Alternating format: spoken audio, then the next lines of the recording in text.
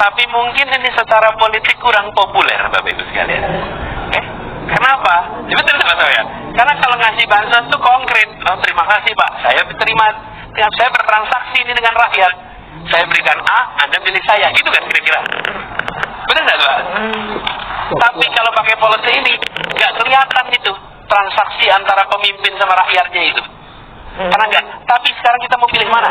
Mau negeri ini dijebak di dalam situasi begini, atau kita memberikan kepada semuanya harga diri karena mereka dapat pendapatan bukan lewat bansos, tapi punya harga diri.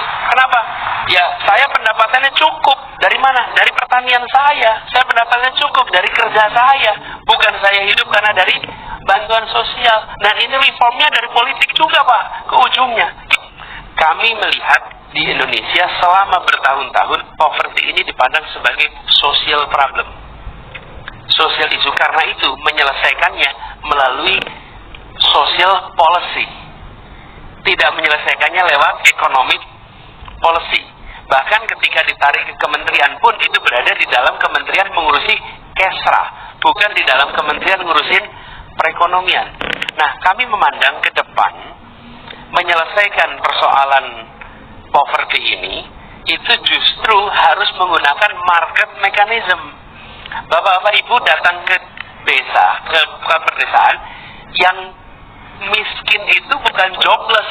Yang miskin itu punya job. Jobnya apa? Petani.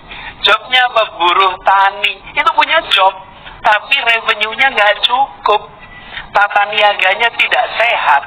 Sehingga walaupun mereka itu punya pekerjaan yang definisinya lebih bagus daripada definisi yang disampaikan Pak Tigor tadi, mereka juga bekerja bisa dibilang full time selama musim tanam, selama musim panen.